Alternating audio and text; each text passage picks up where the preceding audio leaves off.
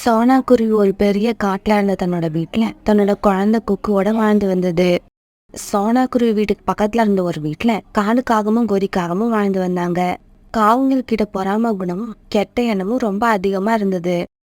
காலுக்காகவும் கோரிக்காகவும் சோனா குருவியை எப்படியாவது ஏமாத்தணும்னு ரொம்ப நாளா முயற்சி பண்ணிக்கிட்டு இருந்தாங்க. ஆனா எத்தனை தடவை முயற்சி பண்ணாலும் கடைசியா காகங்களே ஏமாந்துகிட்டு இருந்தாங்க. இதையெல்லாம் தெரியாத சோனா குருவி அந்த காவங்கள் கிட்ட ரொம்பவும் உண்மையா பழகி வந்தது. ஒரு நாள் காலையில சோனா குருவி வேலைக்கு கிளம்புறதுக்கு தயாராச்சு. குக்கு, நீங்க பத்திரமா வீட்டுக்குள்ளேயே இருக்கணும், அம்மா சாயங்காலம் சீக்கிரமா திரும்பி வந்துடுவேன். இப்படி சொன்ன சோனா குருவி தன்னுடைய டிஃபன் பாக்ஸ் எடுத்துக்கிட்டு காலுக்காக வீட்டுக்கு பறந்து போச்சு. காலண்ணா, சீக்கிரமா வாங்க. கோரி, சோனா குருவி வந்துருச்சு. ஆனா நீ இன்னும் என்னோட சாப்பாட்டை ரெடி பண்ணல. சாப்பாடு சாப்பாடு சாப்பாடு காலுஜி, தினமும் உங்களுக்கு இப்படி சாப்பாடு ரெடி பண்ணி எனக்கு அலுத்து போச்சு. என்னது, அழுத்து போச்சா? ஆனா சாப்பிடுறது எனக்கு இன்னும் அழுத்து போகல. இங்க பாருங்க, இந்த வெறும் டிஃபன் பாக்ஸை இன்னைக்கு எடுத்துக்கிட்டு போங்க. கோரி, எம்டி டிஃபன் பாக்ஸை எடுத்துக்கிட்டு போனா என்னோட பசி எப்படி அடங்கும்? காலுஜி, நான் என்ன சொல்றேன், சோனா குருவி வேலை செஞ்சிட்டு இருக்க சமயம் பார்த்து அது டிஃபன் பாக்ஸ்ல உள்ள ரொட்டியை எடுத்து உங்களோட டிஃபன் பாக்ஸ்ல வச்சுக்குங்க. இப்ப புரியுது நீ எதனால சமைக்கலன்னு. எனக்கு இப்பதான் புரியுது. கவலைப்படாத, இன்னைக்கு இன்னும் இல்ல, இனிமே அடிக்கடி இப்படியே செய்வோம். இப்படி சொன்ன காலுக்காகவும் பிறகு எம்டி டிஃபன் பாக்ஸ் எடுத்துக்கிட்டு சோனா குருவியோட மரம் வெட்டுறதுக்காக காட்டுக்குள்ள பறந்து போச்சு. சோனா, நம்ம காட்டுல வர வர காஞ்ச மரங்கள் ரொம்பவும் குறைஞ்சிக்கிட்டே வருது. இப்படியே போச்சுன்னா கூடிய சீக்கிரம் நம்ம காட்டுல காஞ்ச மரங்களே இல்லாம போயிடும். அப்படி ஒரு நிலைமை வந்துருச்சுன்னா அதுக்கப்புறம் நாம என்ன பண்றது? காலண்ணா, அத பத்தி இப்ப கவலைப்படாதீங்க. அந்த சமயத்துல கடவுள் நமக்கு வேற ஏதாவது ஒரு வழி காட்டுவாரு. பிறகு இப்படி காட்டுக்குள்ள போன சோனா குருவியும் காலுக்காகவும் ஆளுக்கு ஒரு காஞ்ச மரத்தை தேர்ந்தெடுத்து அதை வெட்ட ஆரம்பிச்சாங்க. இப்படி வெட்ட ஆரம்பிச்ச கொஞ்ச நேரத்துல காலுக்காகவும் சோனா குருவி டிஃபன் பாக்ஸ் வச்சிருந்த இடத்துக்கு மறைஞ்சு வந்து அதுல இருந்து ரொட்டியை எடுத்து தன்னுடைய டிஃபன் பாக்ஸ்ல வச்சுக்கிச்சு. இப்படி வச்ச காலுக்காகவும் மறுபடியும் போய் மரத்தை வெட்ட ஆரம்பிச்சது. பிறகு மதியானம் ஆயிடுச்சு. சோனா, சீக்கிரம் வா, சாப்பிட்டுட்டு அதுக்கப்புறம் போய் மரத்தை வெட்டலாம், எனக்கு ரொம்ப பசிக்குது. இப்படி சொன்ன காலுக்காகவும் அவசர அவசரமா தன்னுடைய டிஃபன் பாக்ஸை பிரிச்சு வச்சு ரொட்டியை சாப்பிட ஆரம்பிச்சது. காலுக்காக இப்படி கூப்பிட்ட சோனா குருவியும் சாப்பிட வந்தது. ஆனா டிஃபன் பாக்ஸை திறந்து பார்த்த சோனா குருவி அதிர்ச்சி ஆயிடுச்சு. காலண்ணா, என்னோட டிஃபன் பாக்ஸ்ல நான் வச்சிருந்த ரொட்டியை காணோம், யாரும் எடுத்துட்டாங்க. சோனா, இந்த காட்டுக்குள்ள இருக்கிறது நாம 2 பேர் தான். இதுல நானும் எடுக்கலன்னா வேற யார் தான் இங்க வந்து ரொட்டியை எடுத்திருக்க முடியும்? நல்லா யோசிச்சு பாரு. நீ வீட்டுல இருந்து ரொட்டியை கொண்டே வந்திருக்க மாட்ட. இல்ல காலண்ணா, எனக்கு நல்லா ஞாபகம் இருக்கு, நான் 2 ரொட்டி எடுத்துட்டு தான் வந்தேன். பிறகு வேற வழியில் அந்த சோனா குருவி சாப்பிடாமலே மரம் வெட்ட ஆரம்பிச்சது. பிறகு அன்னைக்கு சாயங்காலம் ஆச்சு. மரம் வெட்டுற வேலையை முடிச்ச காலுக்காகவும் கோரிக்காகவும் அவங்க வெட்டின மரக்குச்சிகள் எடுத்துக்கிட்டு மார்க்கெட்டுக்கு போனாங்க. அங்க அதை வித்து பணமாக்கிட்டு பிறகு தங்களோட வீடுகளுக்கு பறந்து போனாங்க. வீட்டுக்கு போன சோனா குருவி தன்னுடைய டிஃபன் பாக்ஸை கழுவுறதுக்காக மூடியை திறந்தது. என்ன ஆச்சரியம், சோனா குருவியோட டிஃபன் பாக்ஸ்ல தங்க காசுகள் நிறைய இருந்தது.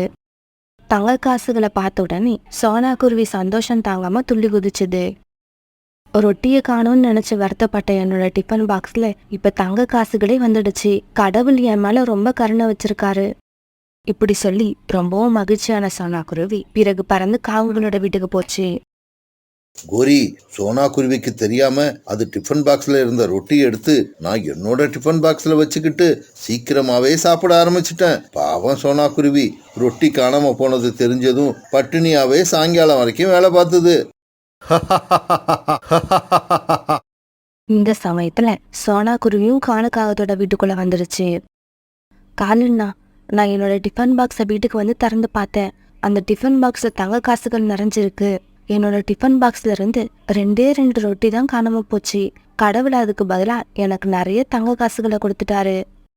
இது வரைக்கும் சந்தோஷமா இருந்த காகங்கள் 2 பேரும் சோனா குருவி சொன்ன விஷயத்த கேட்டுட்டு அதிர்ச்சி ஆயிட்டாங்க. சோனா, நீ என்ன உண்மையாவா சொல்ற?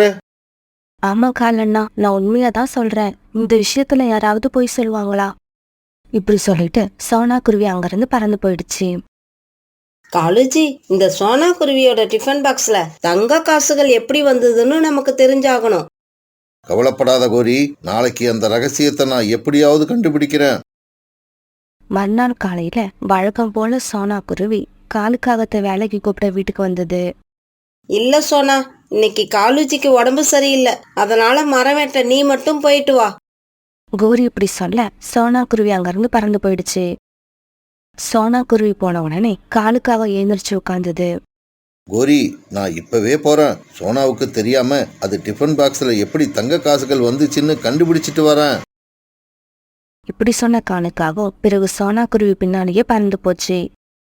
ரொம்பவும் ஆர்வமும் மரம் வெட்டிக்கிட்டு இருந்த சோனா குருவி தன்னுடைய டிஃபன் பாக்ஸ்ல இருந்த ரொட்டியை காலுக்காக எடுக்கிறத கவனிக்கல. சோனா குருவி டிஃபன் பாக்ஸ்ல இருந்து ரொட்டியை எடுத்து சாப்பிட்ட காலுக்காக பிறகு ஒரு மரத்துக்கு பின்னால மறைஞ்சிருந்து என்ன நடக்குதுன்னு வேடிக்கை பார்க்க ஆரம்பிச்சது. கொஞ்ச நேரம் போனதுக்கு அப்புறம் அந்த இடத்துக்கு ஒரு தேவதை வந்தது. அந்த தேவதை தான்கிட்ட இருந்த மந்திர கோலால சோனா குருவியோட டிஃபன் பாக்ஸ்ல மறுபடியும் தங்க காசுகளை வர வச்சது. ஓஹோ, சோனா குருவியோட டிஃபன் பாக்ஸ்ல தங்க காசுகள் வர்றதுக்கு இந்த தேவதை தான் காரணம் போல இருக்கு. நாமளும் எப்படியாவது நம்மளோட டிஃபன் பாக்ஸ்லயும் இந்த தேவதை கிட்ட இருந்து தங்க காசுகளை வரவழைக்கணும். பிறகு அந்த தேவதை சோனா குருவி கிட்ட போச்சு. சோனா, உன் கூட பழகிக்கிட்டு இருக்க அந்த காலுக்காக ரொம்ப பொல்லாத காகம். இதுக்கப்புறம் நீ அந்த காலுக்காகத்து கூட பழக்கம் வச்சுக்க வேண்டாம். தினமும் உன்னோட சாப்பாட்டை திருடி சாப்பிட்றது அந்த காகம்தான். உன் கூடவே பழகி உனக்கே நம்பிக்கை துரோகம் பண்ணுது. உன்னை பார்த்து பரிதாபப்பட்டு நான் தான் உன்னோட டிஃபன் பாக்ஸ்ல தங்க காசுகளை வரவழைச்சேன். இதுக்கப்புறம் எந்த வேலையா இருந்தாலும் அந்த காகத்து கூட சேர்ந்து வராத. தேவதையே, எனக்கு இன்னைக்கு எல்லா உண்மையையும் சொன்னதுக்கு நன்றி. இதுக்கப்புறம் நான் அந்த காகங்களோட பேசவே மாட்டேன். நான் இந்த தங்க காசுகளை வித்து அதுல வர பணத்தை வச்சு வேற ஏதாவது தொழில் செய்ய போறேன். மறுநாள் காலையில சோனா குருவி ரொம்ப நேரம் ஆகியும் வீட்டுக்கு வராததால காலுக்காக கிளம்பி சோனா குருவி வீட்டுக்கு போச்சு. சோனா, இவ்வளவு நேரம் ஆயிடுச்சு, நீ இன்னும் வேலைக்கு கிளம்பல? காலண்ணா, நீங்க போகலாம். நான் இதுக்கப்புறமும் உங்களை நம்ப மாட்டேன். அந்த தேவதை எனக்கு எல்லா விஷயத்தையும் சொல்லிடுச்சு. என்னோட ரொட்டியை திருட்டி தின்னது நீங்க தான். இப்படி நம்பிக்கை துரோகிகள் கூட நான் பழக்க வழக்கம் வச்சுக்க விரும்பல. நான் இதுக்கப்புறம் உங்க கூட எங்கேயுமே வரமாட்டேன். இப்படி சொன்ன சோனா குருவி பிறகு வேற எங்கேயோ கிளம்பி பறந்து போயிடுச்சு. சோனா, உனக்கு தங்க காசுகள் எப்படி வந்துச்சுங்கிற உண்மை எனக்கும் தெரிஞ்சு போயிடுச்சு. கூடிய சீக்கிரம் நானும் அந்த தேவதை கிட்ட இருந்து தங்க காசுகளை வாங்குறனா இல்லையான்னு பாரு. இப்படி சொன்ன காலுக்காக பிறகு தன்னுடைய வீட்டுக்கு பறந்து போச்சு. கோரி, சீக்கிரம் காட்டுக்கு கிளம்பு. நாம அந்த தேவதை கிட்ட இருந்து இன்னைக்கு தங்க காசுகளை எப்படியாவது வாங்கி ஆகணும். பிறகு காலுக்காகவும் கோரிக்காகவும் கோடாலியை எடுத்துக்கிட்டு அந்த காடை நோக்கி பறந்து போனாங்க. காலுஜி, தேவதை வந்த உடனே நீங்க எதுவும் பேசி காரியத்துக்கு எடுத்துறாதீங்க. நான் அழகா பேசி எப்படியாவது அந்த தேவதை கிட்ட இருந்து தங்க காசுகளை வாங்க முயற்சி பண்றேன். இப்படி போன இவங்க அந்த காட்டுக்கு போய் சேர்ந்தப்ப ஒரு கூட்டுல தனியா ஒரு சின்ன குருவி மட்டும் உட்காந்து தானியங்களை சாப்பிட்டுக்கிட்டு இருந்தது. காலுஜி, அந்த சின்ன குருவி எப்படி வேக வேகமா தானியங்களை சாப்பிடுது. எனக்கு கூட ரொம்ப பசிக்குது. கோரி, பசின்னு வந்துட்டா பாரபட்சமே பார்க்க கூடாது. வா, அந்த குழந்தைகிட்ட இருந்து அந்த தானியங்களை பிடுங்கி நாம சாப்பிடுவோம். பிறகு அந்த குருவி கிட்ட இருந்து தானியங்களை பிடுங்கி காலுக்காகவும் கோரிக்காகவும் சாப்பிட ஆரம்பிச்சாங்க. காகங்கள் இப்படி செஞ்ச உடனே அந்த குருவி உடனே வேகமா அழ ஆரம்பிச்சது. அம்மா அம்மா, சீக்கிரமா இங்க வாங்க. இந்த காகங்கள் என்னோட தானியங்களை பிடுங்கி சாப்பிடுறாங்க. இவங்களுக்கு தக்க தண்டனை கொடுங்க. உடனே அந்த இடத்துக்கு மறுபடியும் அந்த தேவதை வந்தது. திடீர்னு தேவதைய பார்த்த உடனே காலுக்காகத்துக்கும் கோரிக்காகத்துக்கும் எதுவுமே புரியல. தேவதையே, என்ன இது? இந்த குருவி அம்மா அம்மான்னு கூப்பிட்ட உடனே நீங்க எதுக்கு வரீங்க? இந்த குழந்தை முட்டையில இருக்கும்போது இவங்க அம்மா அப்பா இறந்துட்டாங்க. அதுல இருந்து இந்த குழந்தைய நான் தான் வளர்க்கறேன். இந்த குழந்தைக்கு அப்பா அம்மா எல்லாமே நான் தான். தேவதையே, எங்களை தவறா நினைக்காதீங்க. நாங்க ரொம்ப பசியில இருந்தோம். அதனாலதான் இந்த குருவி கூட்டுல இருந்த தானியங்களை எடுத்து சாப்பிட்டோம். மத்தபடி நாங்க ரொம்ப ஏழை பறவைங்க. பணம் இல்லாம ரொம்ப கஷ்டப்படுறோம். எங்களுக்கு கொஞ்சம் தங்க காசுகள் கொடுத்து உதவுனீங்கன்னா நாங்க ரொம்ப சந்தோஷப்படுவோம். ஆமா, இதோ தங்க காசை போட்டு எடுத்துக்கிட்டு போறதுக்காக இந்த டிஃபன் பாக்ஸையும் எடுத்துக்கிட்டு வந்திருக்கோம். சீக்கிரமா உங்க மந்திர சக்தியால இதுக்குள்ள தங்க காசுகளை உண்டு பண்ணுங்க.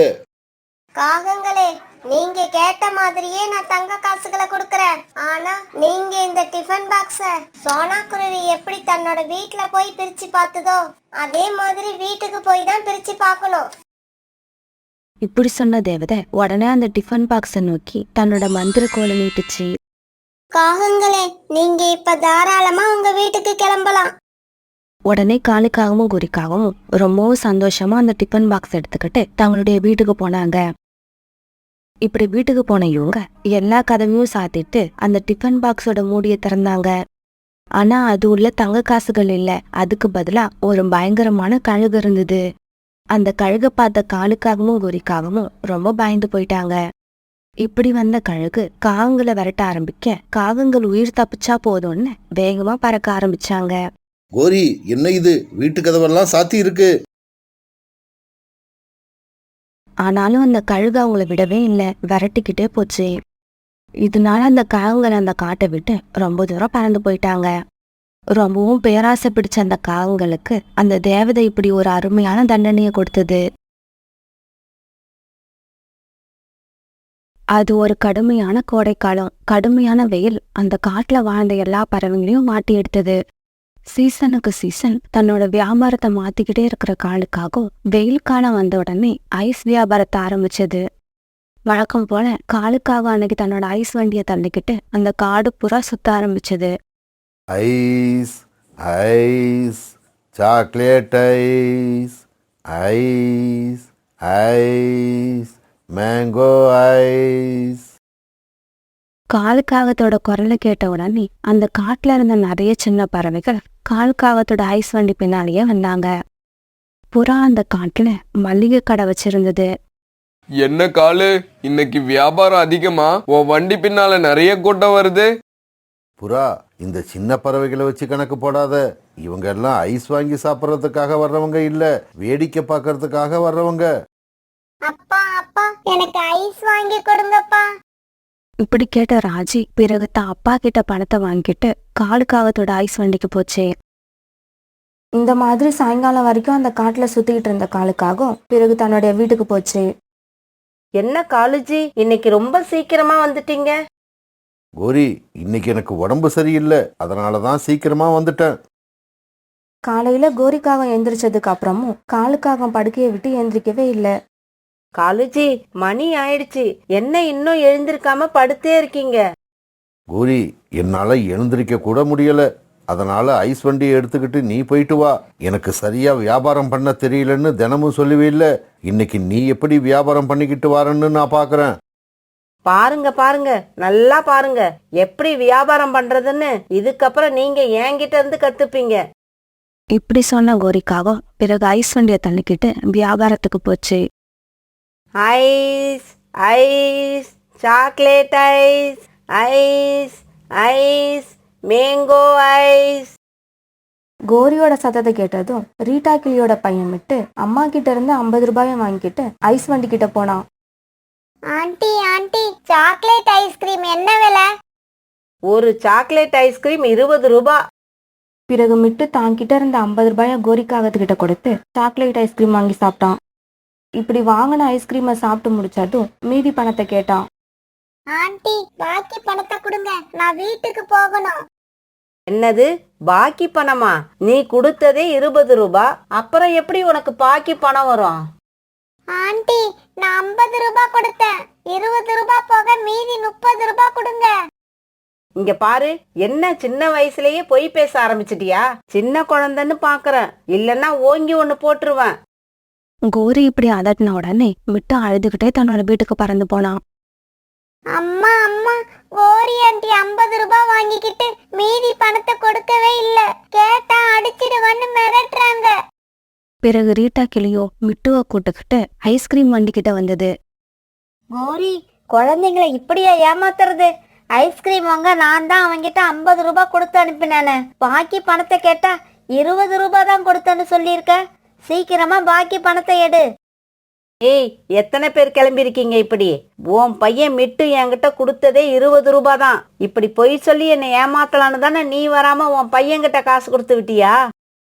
இங்க பாரு கோரி, காலு ஐஸ் வண்டி எடுத்துக்கிட்டு வந்திருக்குன்னு நினைச்சுதான் நான் என் குழந்தைகிட்ட பணத்தை கொடுத்து விட்டேன். நீ வந்திருக்கன்னு தெரிஞ்சா ஐஸே வேண்டான்னு சொல்லியிருப்பேன். இப்படி சொன்ன ரீட்டா கிளி தன்னோட பையன் விட்டுவ கொட்டுக்கிட்டு பிறகு அங்கிருந்து பறந்து போயிடுச்சு. இந்த கோரியோட கல்லாப்பெட்டியில பணம் வந்து விழுந்துருச்சுன்னா அது திரும்ப போகவே போகாது. இப்படி சொன்ன கோரிக்காகவும் பிறகு சிரிக்க ஆரம்பிச்சது. அந்த சமயத்துல குக்குவும் பியூட்டியும் ஐஸ் வண்டியை வேடிக்கை பார்க்கறதுக்காக அங்க வந்தாங்க. என்ன பசங்களா, உங்களுக்கு எந்த ஐஸ் வேணும்? சீக்கிரமா சொல்லுங்க. இல்ல ஆண்டி, எங்க கிட்ட பைசா இல்ல. நாங்க சும்மா வேடிக்கை பார்க்க வந்தோம். என்னது, வேடிக்கை பார்க்க வந்தீங்களா? இங்க என்ன வித்தையா காட்டுறாங்க வேடிக்கை பார்க்க? சீக்கிரமா வீட்டுக்கு போய் உங்க அம்மா கிட்ட பணத்தை வாங்கிட்டு வாங்க. இல்ல ஆண்டி, எங்க அம்மா வீட்ல இல்ல, வேலைக்கு போயிருக்காங்க. அப்படியா? ரொம்ப நல்லதா போச்சு. வீட்ல போய் அலமாரிய தேடி பாருங்க. பணம் இல்லாட்டி கூட பரவாயில்ல, அலமாரியில என்ன இருக்கோ எடுத்துக்கிட்டு வாங்க. உங்களுக்கு பிடிச்ச ஐஸ்கிரீமா நான் தரேன். இதை கேட்டு குக்குவும் பியூட்டியும் உடனே தன்னோட வீட்டுக்கு பறந்து போனாங்க. சோனா குருவி அந்த சமயத்துல ஒரு வீட்டுல வேலை பார்த்துக்கிட்டு இருந்தது. வீட்டுக்கு போன குக்குவும் பியூட்டியும் அலமாரிய திறந்து பார்த்தாங்க. அங்க பணம் இல்ல, ஆனா ஒரு சின்ன டப்பி இருந்தது. அதை திறந்து பாக்குறப்ப ஒரு தங்க மோதிரம் இருந்தது. தங்கத்தோட மதிப்பு தெரியாத பியூட்டியும் குக்குவும் அந்த மோதிரத்தை எடுத்துக்கிட்டு கோரி காகத்துக்கிட்ட பறந்து வந்தாங்க. ஆண்டி, இத வச்சுக்கிட்டு எங்களுக்கு ஐஸ்கிரீம் கொடுப்பீங்களா? பியூட்டியோட கையில தங்க மோதிரத்தை பார்த்த கோரிக்காகத்துக்கு ரொம்ப சந்தோஷமாயிடுச்சு. மோதிரத்தை பியூட்டி கிட்ட இருந்து வாங்கின கோரிக்காகவும் இப்படி பேச ஆரம்பிச்சது. பசங்களா, உங்க 2 பேருக்கும் ஒரு ஐஸ் இல்ல, 2 ஐஸ்கிரீம் கொடுக்கற, வாங்கிக்கோங்க. இப்படி சொன்ன கோரிக்காகவும் பிறகு பியூட்டிக்கும் குக்குவுக்கும் 2 ஐஸ்கிரீம் கொடுத்தது. பியூட்டியும் குக்குவும் அது ரொம்ப சந்தோஷமா சாப்பிட்டாங்க. என்ன கோரி, ரொம்பவும் சந்தோஷமா வந்திருக்க மாதிரி இருக்கு. பின்ன சந்தோஷமா இருக்காதா? நீங்க 6 மாசத்துல சம்பாதிக்கிற பணத்தை நான் ஒரே நாள்ல சம்பாதிச்சு கொண்டு வந்திருக்கேன். இப்படி சொன்ன கோரிக்காகவும் அந்த தங்க மோதிரத்தை காட்டுச்சு. தங்க மோதிரத்தை பார்த்த காலுக்காகவும் அவசரமா எந்திரிச்சிச்சு. கோரி, இந்த தங்க மோதிரம் உனக்கு எப்படி கிடைச்சது? சோனா குருவியோட 2 குழந்தைங்களுக்கும் தங்கம்னா என்னன்னே தெரியாது போல இருக்கு. என்கிட்ட வந்து ஐஸ் கேட்டாங்க. வீட்டுல அலமாரியில இருக்கிறத எடுத்துக்கிட்டு வாங்கன்னு சொன்னேன். அவங்க என்னடான்னா இந்த தங்க மோதிரத்தை கொண்டு வந்தாங்க. வந்த வரைக்கும் லாபம்னு வாங்கிக்கிட்டு ஆளுக்கு 2 ஐஸ்கிரீம் கொடுத்து அனுப்பிட்டேன். இப்படியே சில நாட்கள் நகர்ந்துச்சு. ஒரு நாள் அலமாரியை திறந்து பார்த்த சோனா குருவி அலமாரியில தங்க மோதிரத்தை காணாம அதிர்ச்சி ஆயிடுச்சு. அலமாரிக்குள்ள இருந்த தங்க மோதிரம் எங்க போயிருக்கும்? நம்ம வீட்டுக்குள்ளேயும் புதுசா வேற யாரும் வரவே இல்லை. இப்படி யோசிச்ச சோனா குருவி பிறகு பியூட்டியையும் குக்குவையும் கூப்பிட்டது. பியூட்டி, குக்கு, இந்த அலமாரிக்குள்ள அம்மா ஒரு தங்க மோதிரம் வச்சிருந்தேன், அதை பாத்தீங்களா? சோனா குருவி இப்படி கேட்ட உடனே பியூட்டி குக்கு முகத்தை பார்க்க குக்கு பியூட்டி முகத்தை பார்த்தான்.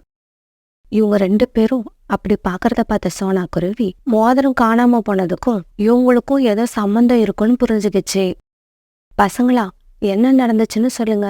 அம்மா உங்களை ஒன்னும் திட்ட மாட்டேன், ஆனா என்ன செஞ்சீங்கன்னு மட்டும் உண்மையை சொல்லுங்க.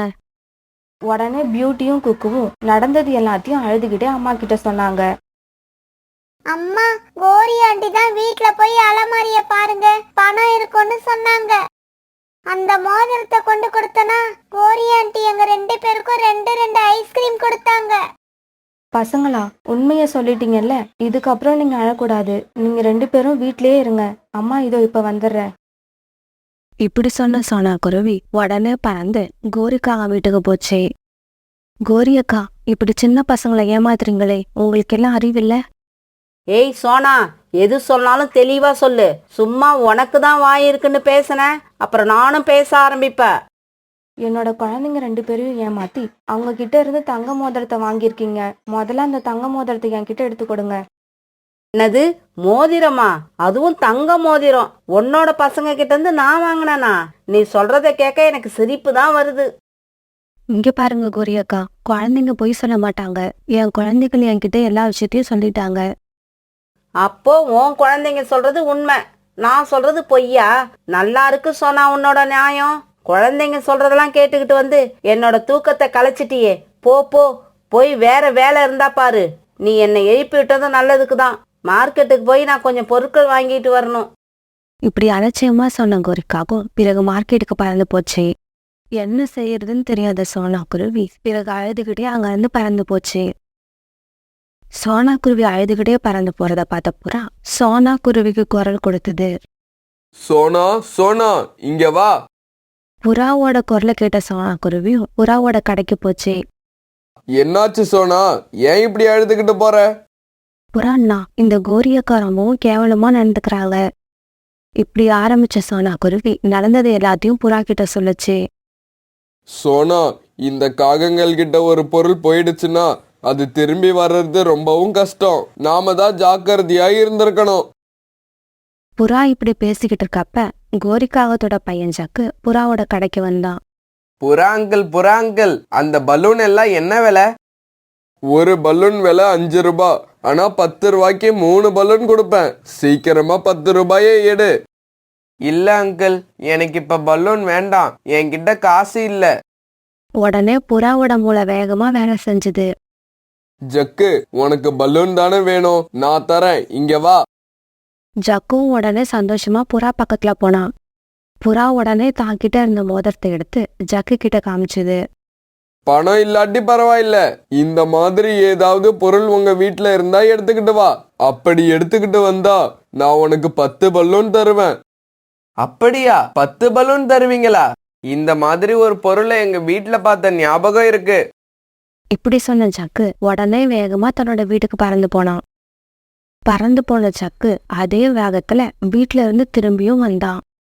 அங்கிள், நீங்க கேட்ட மாதிரியே அந்த பொருளை நான் கொண்டு வந்துட்டேன். இப்படி சொன்ன ஜக்கு சோனா குருவி வீட்டுல இருந்து கோரிக்காக வாங்கிட்டு போன மோதிரத்தை புறா கிட்ட கொடுத்தான். பிறகு புறா ஜக்குவுக்கு 10 பலூன் எடுத்து கொடுத்தது. அதை வாங்கிட்ட ஜக்கு சந்தோஷமா தன்னோட வீட்டுக்கு பறந்து போனான். பிறகு தன்னுடைய மோதிரத்தை வாங்கிட்ட சோனா குருவியும் புறாவுக்கு நன்றி சொல்லிட்டு சந்தோஷமா தன்னோட வீட்டுக்கு பறந்து போச்சு.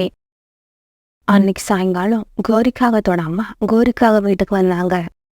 அம்மா, உன்கிட்ட ஒரு பொருளை காட்டணும்னு நினைச்சேன். இதோ இருங்க, இப்ப எடுத்துக்கிட்டு வரேன். இப்படி சொல்லிட்டு கோரிக்காகம் அலமாரியை திறந்து பார்த்தது. ஆனா அங்க மோதிரம் இல்ல. கோரிக்காகவும் எல்லா இடத்துலயும் தேடி பார்த்துச்சு. ஆனா மோதிரம் கிடைக்கவே இல்ல. காலுஜி, நம்ம கிட்ட இருந்த மோதிரத்தை இப்ப காணல. எங்க போச்சுன்னே தெரியல. எல்லா இடத்துலயும் தேடி பார்த்துட்டேன். கோரி, ஒருவேளை அந்த மோதிரம் நாம உழைச்சி சம்பாரிச்சு வாங்கியிருந்தா நம்ம கூடவே இருந்திருக்கோம். திருட்டுத்தனமா வந்தது, அதே மாதிரி போயிடுச்சு போல இருக்கு. அதே சமயம் ஜக்கு வீட்டுக்கு வெளியில அந்த 10 பலூன்களை வச்சு சந்தோஷமா விளையாண்டுகிட்டு இருந்தான்.